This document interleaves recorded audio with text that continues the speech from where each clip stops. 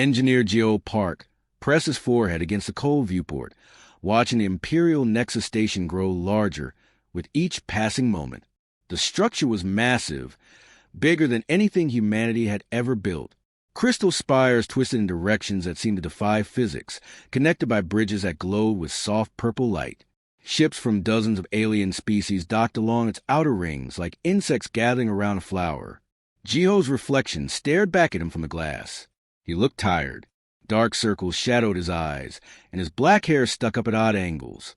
His blue Earth engineering jumpsuit was wrinkled and plain, covered with tool pockets and oil stains. Behind him, he could see Ambassador Williams and the other diplomats in their crisp uniforms with gold buttons and Earth's symbol embroidered on their chests. They looked important. Geo looked like someone who fixed broken machines. "Remember, Park," Ambassador Williams said again. The man had a habit of repeating himself. "You're here to fix equipment, not to interact with the delegates. Earth's reputation depends on this negotiation." Geo nodded without turning around. He had heard this exact speech 3 times already during their journey from Earth. Once during the briefing, once when they boarded the shuttle, and once more an hour ago when Williams got nervous about arriving. "I understand, sir," Geo said quietly. "I fix things. That's all." Williams seemed satisfied with this answer and went back to reviewing his notes with the other diplomats. They spoke in low, worried voices about trade agreements and cultural protocols. Geo tuned them out. Politics had never interested him much. He was a repair specialist from Mars Colony, not a diplomat. His job was simple. Earth had sent some equipment along for the negotiations, things like computers and communication systems. If any of that equipment broke, Geo would fix it. Otherwise, he was supposed to stay quiet and invisible in the background. That suited him fine. Geo preferred machines to people anyway. Machines made sense. They had systems and logic. When they broke, you could figure out why and repair them. People were complicated. They broke in ways you couldn't fix with tools. The shuttle shuddered as it entered the station's docking sequence. Geo gripped the armrest of his seat and closed his eyes. He had never liked the feeling of artificial gravity shifting. His stomach always twisted uncomfortably during the transition. "First time meeting aliens?" asked a young diplomat sitting next to him. Her name was Sarah-chan, and she was part of the cultural liaison team. "Yes," Geo admitted. "Nervous?" "A little." He opened his eyes as the shuttle settled into place with a gentle thump. "I've seen them on video feeds, but seeing them in person will be different." Sarah smiled. "Just be respectful. Don't stare. And for heaven's sake, don't touch anything without permission.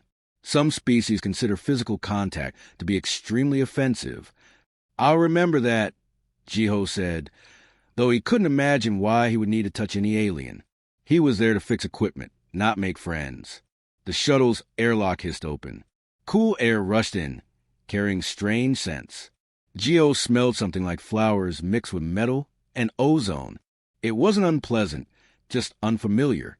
Ambassador Williams led the group out of the shuttle and into the station proper. Geo stayed at the back of the group, carrying his tool bag over one shoulder. The corridor beyond took his breath away. The walls were not walls at all, but transparent crystal that showed the void of space beyond. Stars glittered in the darkness. A nearby planet rotated slowly, half covered in swirling clouds. The floor beneath their feet glowed softly with each step, as if responding to their presence. "This way," a voice said in perfect English. Geo turned to see his first real alien. The being was tall and slender, with smooth gray skin that seemed to shimmer slightly under the lights. It had 4 arms instead of 2, and its eyes were large and completely black. It wore flowing robes of deep red that moved as if caught in a gentle breeze, even though there was no wind. "Welcome to the Imperial Nexus," the alien said with a slight bow. "I am Liaison Kira. I will escort you to the diplomatic quarters." Ambassador Williams returned the bow, perhaps a bit too deeply. "Thank you, Liaison Kira. We are honored to be here."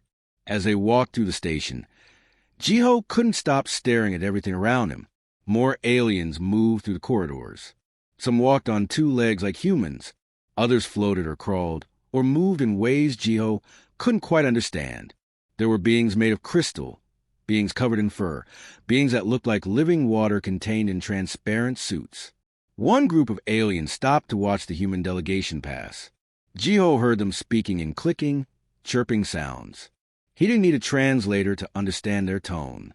They were laughing. "Ignore them," Sarah whispered to him. "Some species think humans are primitive and amusing. Just keep walking." Jiho felt his face grow hot with embarrassment, but he kept his eyes forward and followed the group. They passed through a massive archway and entered the grand hall. Jiho stopped walking without meaning to. The space was enormous, easily large enough to swallow Earth's largest stadium. The ceiling stretched up so high that Jiho could barely see it. Hundreds of aliens filled the room, representing species from across the galaxy. At the far end of the hall, raised on a platform, sat a throne. And on that throne sat someone who could only be the queen. Even from this distance, Jiho could see that she was different from the other aliens he had seen. She was tall, taller than any human, with skin that shifted between deep blue and purple like an oil slick catching light. She had 4 arms like Liaison Kira, but her arms were decorated with intricate silver bands. Her face was elegant and alien, with high cheekbones and large eyes that seemed to glow faintly. But what drew Jiho's attention most was the crown on her head. It wasn't like any crown he had ever seen before. It didn't just sit on her head. It seemed to grow from her head like a living thing. Crystalline structures spiraled upward in complex geometric patterns, glowing with soft internal light. Colors flowed to the crystal like liquid, creating mesmerizing patterns that never repeated. Jiho's engineer mind immediately started analyzing what he was seeing. The crown wasn't just decorative. It was technological. Some kind of biomechanical device interfacing directly with the wearer's nervous system.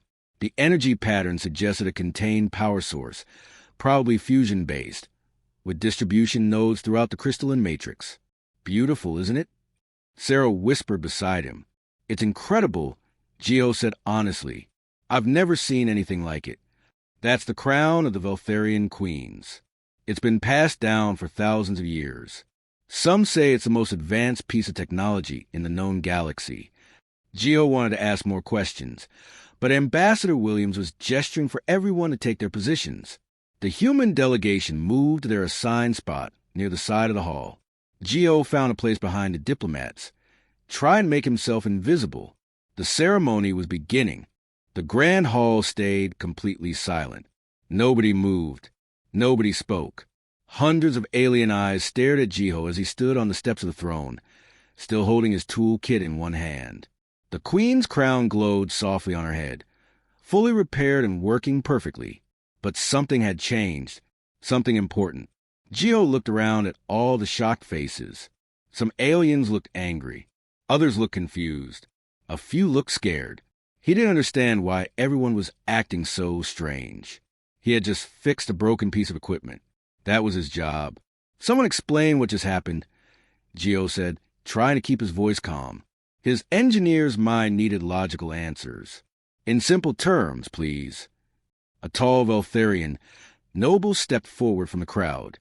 His armor was darker than the queen's, almost black, with sharp edges that caught the light.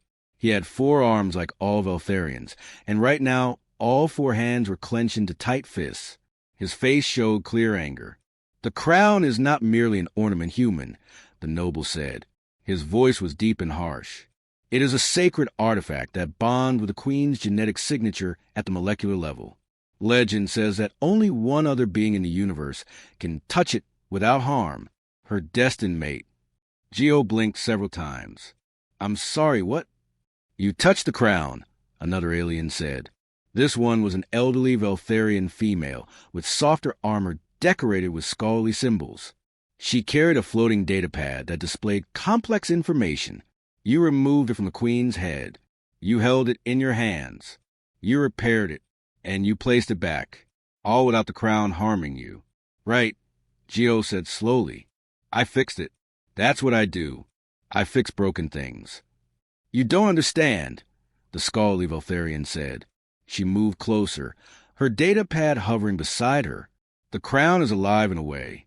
It reads biological signatures. It accepts only the queen's touch completely.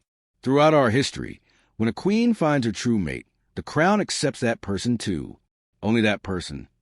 Geo felt his stomach sink. But that's just a legend, right? Some old story. No, Queen Hannah said quietly. She had been silent since whispering those words moments ago. Now she stood up from her throne, moving with slow grace. It is not legend. It is fact, recorded and verified across 3,000 years of history. Only 4 queens before me ever found a mate that the crown accepted. She looked directly at Jiho. I am the 5th. This is impossible, Jiho said. His logical mind rejected what they were telling him. I'm human. You're Veltharian. We're completely different species. There's no biological way we could be compatible. It doesn't make sense. The crown disagrees, the scholarly Veltharian said. Her data pad showed streams of information. I am Scalinari. I have studied the crown my entire life. What General Teo said is correct. The crown bonds with the queen at the molecular level. Its biorecognition system is the most advanced technology we possess. It cannot be fooled. It cannot make mistakes. Then it's broken somehow, Ambassador William said, pushing through the crowd.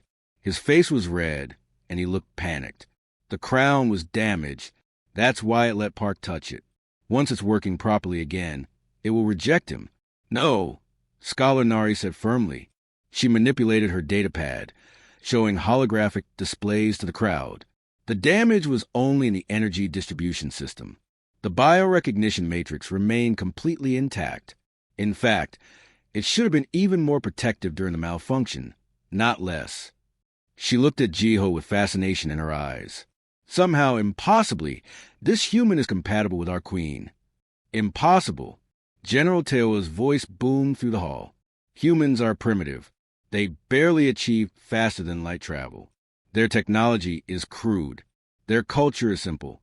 Their lifespans are a fraction of ours.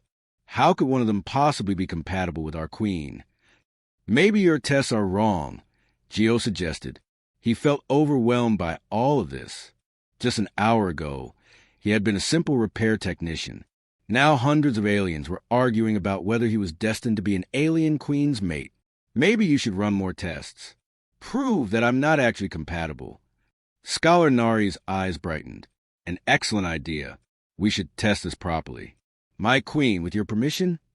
Queen Hannah nodded. She came down from her throne platform and walked toward Jiho. As she got closer, the crown on her head began glowing brighter. The light pulsed in rhythm, like a heartbeat. The crown responds to proximity, Scholar Nari explained, recording everything with her instruments. This is the first sign of recognition. She turned to a Veltharian guard standing nearby. You approached the queen. The guard looked nervous, but obeyed. He walked closer to Queen Hannah. The crown's light stayed exactly the same. It didn't change at all. Now you human, Scholar Nari said to Jiho. Jiho took a few steps toward Queen Hannah. Immediately, the crown blazed with bright light. The geometric patterns inside the crystal structures began swirling faster and faster. New shapes formed that Jiho hadn't seen before when he was repairing it. Colors flowed to the crown like liquid rainbows. By the first queen, someone whispered in the crowd. That proves nothing, General Teo argued. It could be residual energy from the repair. Give it time to stabilize. Then we will test further, Scholar Nari said. She pulled out a small crystalline device from her robes. This is a bioresonance scanner. It measures a harmonic frequency between two beings, their compatibility on a quantum level. She handed the device to Queen Hannah. Please hold this, my queen. Queen Hannah took the device in one of her 4 hands. It began glowing with a soft blue light. Now, General Teo, place your hand near it, Scholar Nari instructed. Don't touch the queen. That would be improper. Just close enough for the scanner to read both of you. General Teo did as he was told, though he looked unhappy about it. He held his hand near the queen's hand, careful not to make contact. The scanner's light remained blue. Nothing changed. This is baseline, Scholar Nari explained to crowd. A normal, polite distance between 2 Veltharians. She looked at Jiho. Now, you human. Jiho walked forward. He held his hand near Queen Hannah's hand, just like the general had done. The scanner exploded with light. Not just blue anymore, but every color imaginable. Red, green, yellow, purple. Colors Geo didn't have names for. The light was so bright that several aliens had to shield their eyes. The device made a high-pitched humming sound that filled the entire hall. Impossible, General Teo breathed. Not impossible, Scholar Nari said. She looked at her datapad, reading the results with wide eyes. Unprecedented, yes, but not impossible. She turned the pad so others could see. The bioenergetic resonance is off every scale I have. It's stronger than any recorded mate bond in our entire history. And they haven't even established a conscious connection yet. The hall erupted in noise. Aliens talked over each other in dozens of languages. Some sounded angry. Others sounded amazed. A few sounded scared. Queen Hannah walked quickly through the corridors of the station, and Jiho followed behind her. The hallways changed as they went deeper into her private areas. The grand crystal walls and towering ceilings gave way to smaller, warmer spaces. Geo noticed small plants growing in wall alcoves. They looked almost like earth plants, but with purple leaves that glowed faintly. There were paintings on the walls, too, showing scenes that seemed emotional rather than important. One showed a single figure standing under two moons. Another showed hands reaching toward each other across empty space. Finally, they reached a room with a large window that looked out at the stars. The room was simple compared to the throne hall. There was a desk with strange alien writing instruments, comfortable-looking chairs, and shelves filled with data tablets and actual paper books. It felt like a real person space, not a queen's palace. "This is my private study," Hannah said. She made a gesture with one hand, and the guards who had been following them bowed and left, closing the door behind them. "Here, I can speak as Hannah, not as Queen Vel." "There's a difference?" Jiho asked. He set his toolkit down by the door and looked around the room. "A vast one."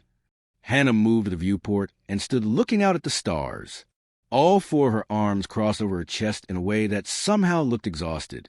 The queen must always be strong, always certain, always perfect. Hannah can admit that she is tired. Jiho walked over to stand beside her at the window. Outside, ships moved between the stars like tiny fireflies. A nearby planet rotated slowly, half covered in clouds. "How long have you been queen?" 23 of your years, Hannah said. Her voice was quieter now, more personal. "I was young when the previous queen died unexpectedly. The crown chose me from among several candidates. I have worn it every single day since then." She reached up and touched the crown gently with one hand. "It has been my companion, my burden, and my guide." "Tell me about it," Jiho said. His engineer's mind was already thinking about the crown as a system to understand, not the mystical parts. "I'm still trying to process those. But the technical aspects, how does it actually work?" Hannah turned to look at him, and her expression showed surprise. "You truly want to know?" Most beings only see it as a symbol of power. "Symbols can break," Jiho said. "Machines can break. I need to understand what I fix." A small smile appeared on Hannah's face. It was the first time Jiho had seen her smile, and it made her seem less alien somehow. "Very well. The crown is biomechanical. As you observed, it was created by the first queen 3,000 years ago, using technologies that we have lost. Nobody alive today knows exactly how to make another one." She paused. "It grows and evolves with each queen, learning from them, adapting to them. It becomes part of us." "And the resonance cascade?" Geo asked. Scholar Nari said it had never happened before. "What caused it?" Hannah's four hands tightened slightly against her chest. "Stress. The crown was under stress." "What kind of stress could break something that advanced?" "The stress of loneliness," Hannah said quietly. She turned back to the viewport. "I have ruled alone for 23 years. The crown has bonded with me completely, but it was designed to be shared between two beings, a queen and her mate, balancing each other, supporting each other. For more than 2 decades, it has carried the full weight of my consciousness with no counterbalance." She looked at Jiho again. It was slowly breaking under the strain of my loneliness. The raw honesty in her voice surprised Jiho. He had expected a queen to keep her feelings hidden. That's not healthy. For you or for the crown. No, Hannah agreed. It is not. But what choice did I have? The crown had not found a compatible mate in all that time. I began to believe it never would. That I would rule alone until the crown finally broke completely and chose a new queen to replace me.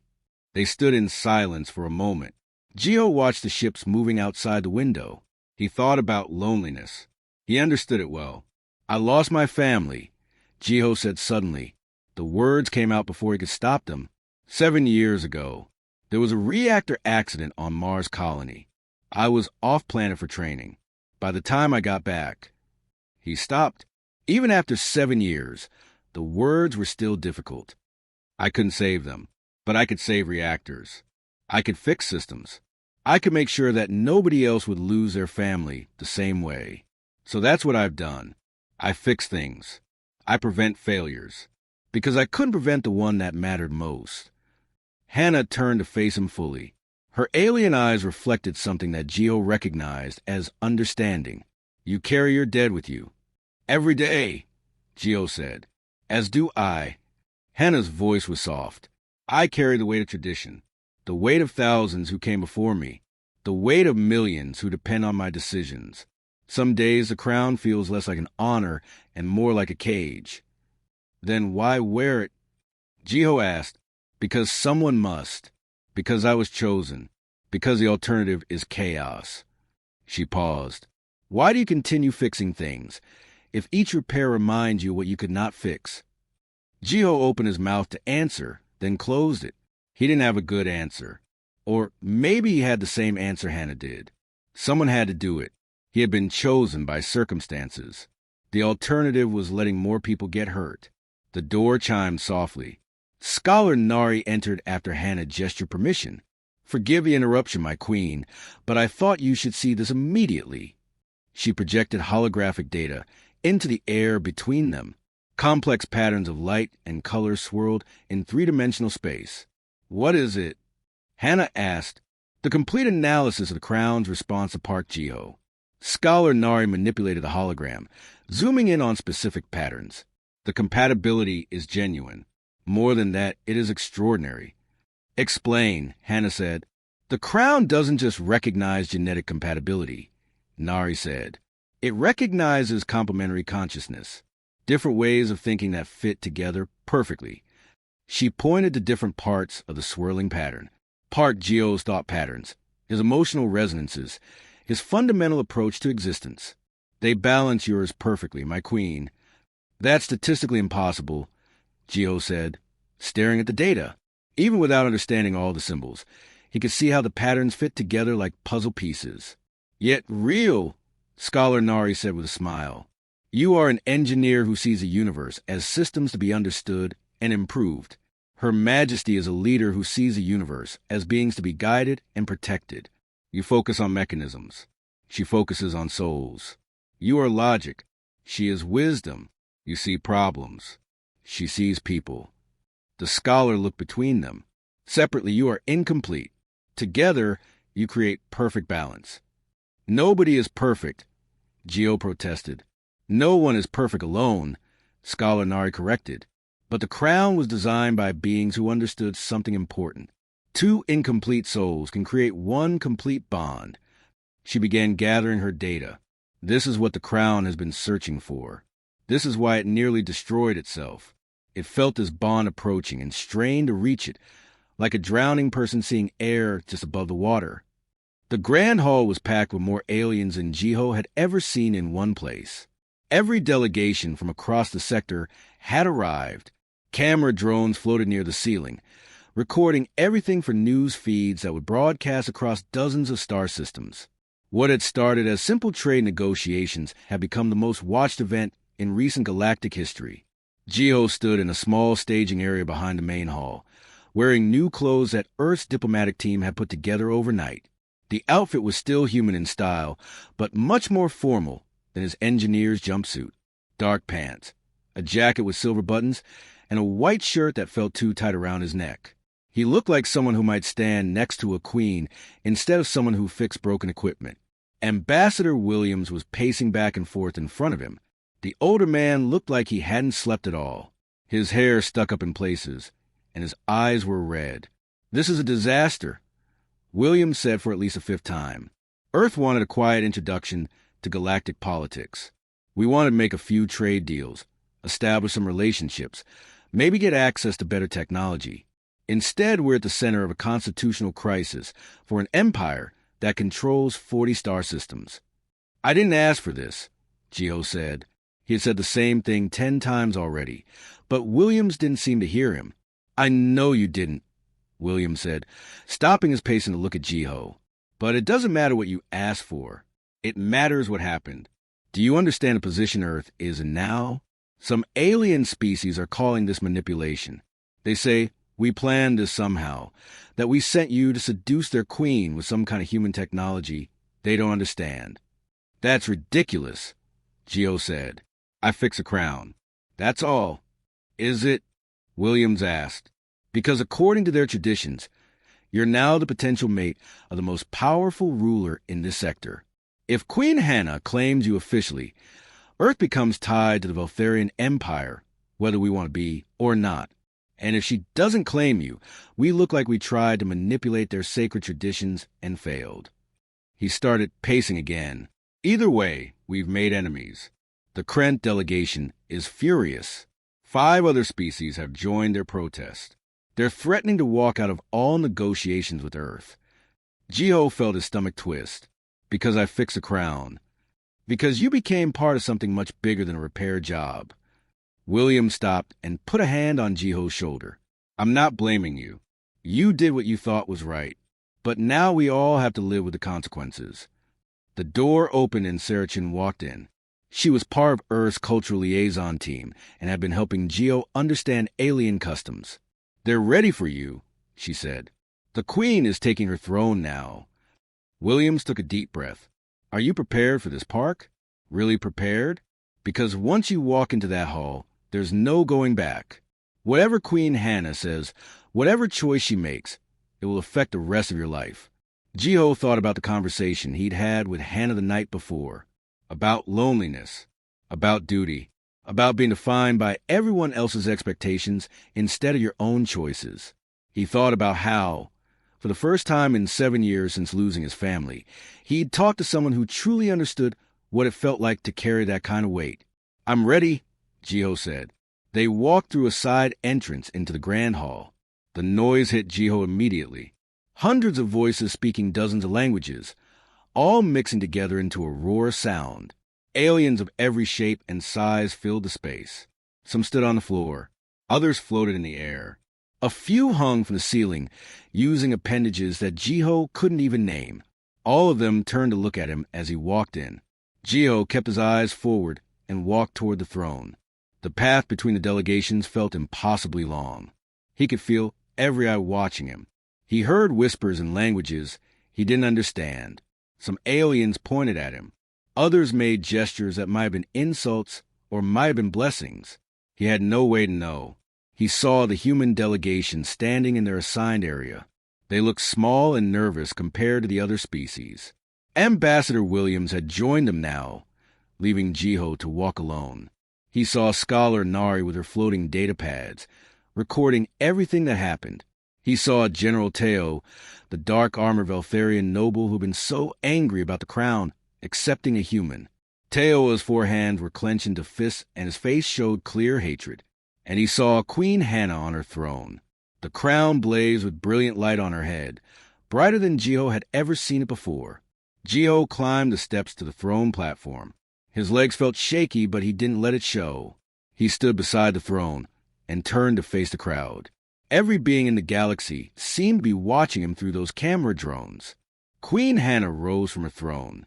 The crown's light intensified, casting rainbow patterns across the entire hall.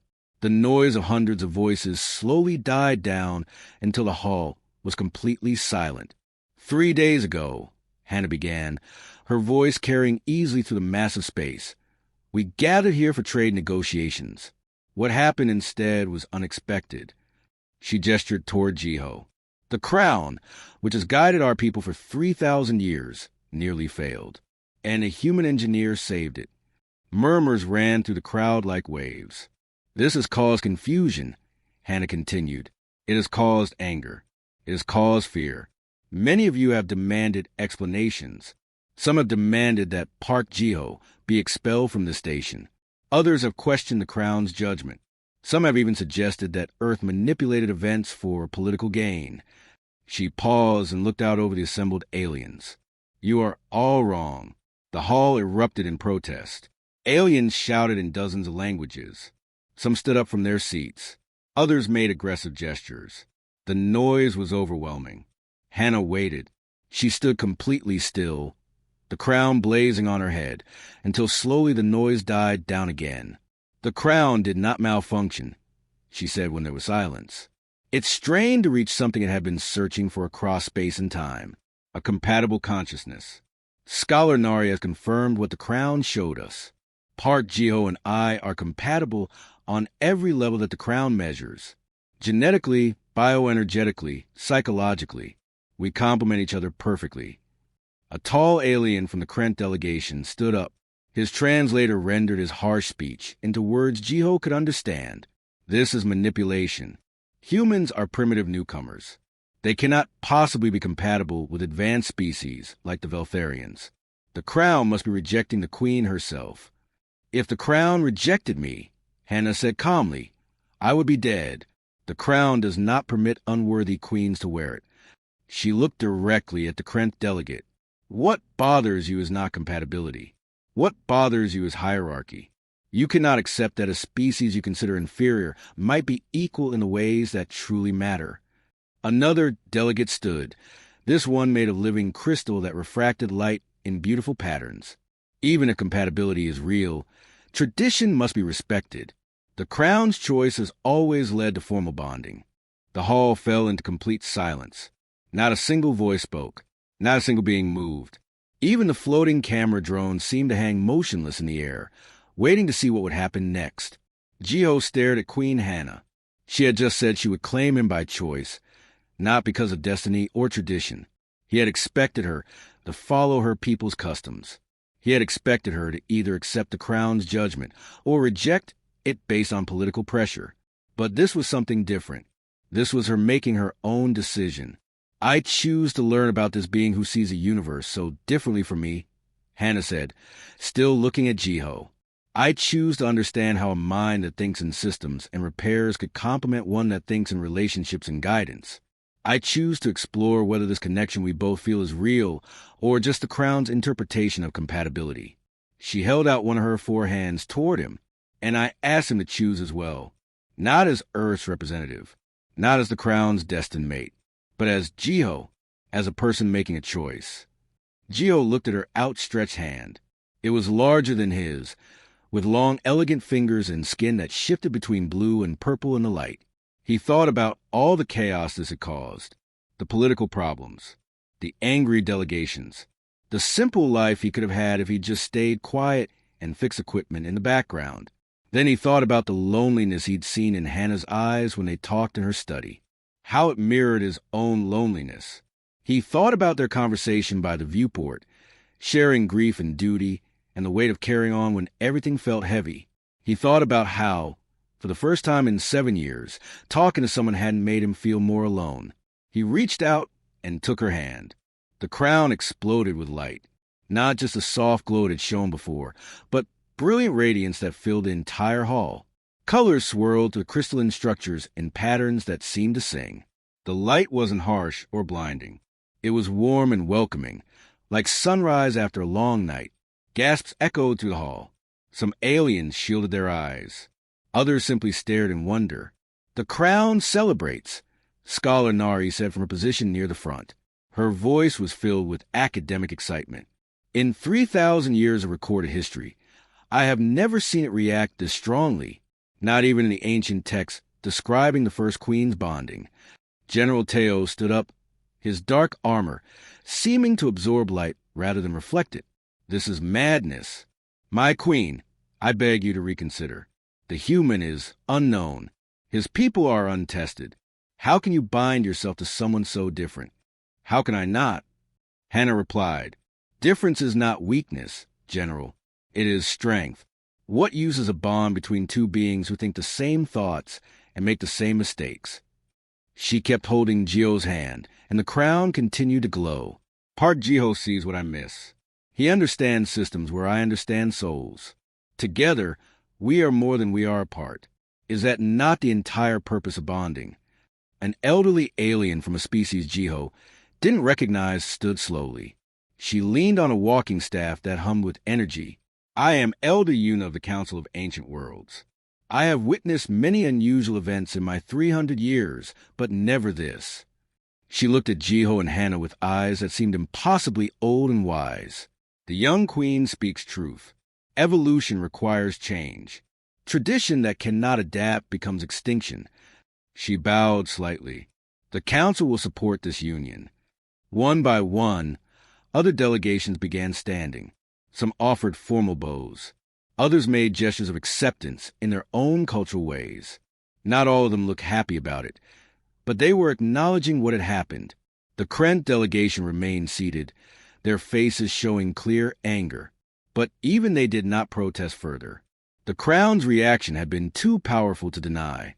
Whatever they believed about humans or tradition, they could not argue with 3,000 years of Eltharian history.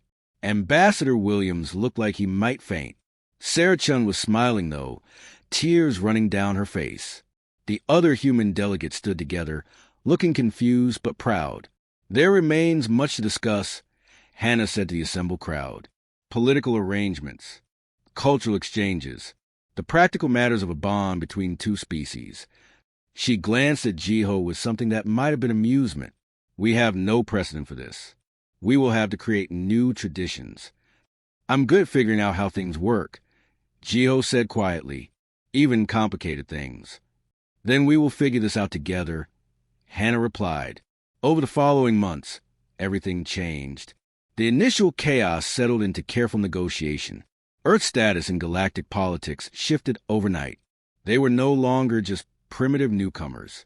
They were the species that had produced a being compatible with the Veltharian Queen. Trade agreements that had seemed impossible suddenly became reality. Technology exchanges that would have taken decades happened in weeks.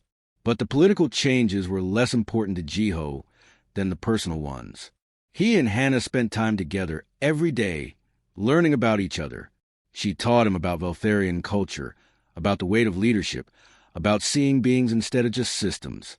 He taught her about human resilience, about finding logic in chaos, about fixing what seemed broken beyond repair. They discovered they both loved looking at stars, that they both felt the weight of responsibility, but carried it differently, that grief and duty could be shared instead of endured alone. That laughter sounded different in their two species, but meant the same thing. 6 months after Jiho fixed the crown, a formal bonding ceremony was held. But by then it felt less like a political necessity and more like recognizing something that already existed. The crown glowed throughout the ceremony, its light steady and content. General Teo attended, though he still looked unhappy. But he had grudgingly admitted that Jiho had proven himself through both intelligence and character. When a crisis had struck one of the station's life support systems, Jiho had fixed it while Veltharian technicians were still analyzing the problem. He had saved hundreds of lives, including many Veltharians. You are not what I expected, Teo said to Jiho before the ceremony. But perhaps that is the point. I'm just a guy who fixes things, Jiho replied. No, Teo said.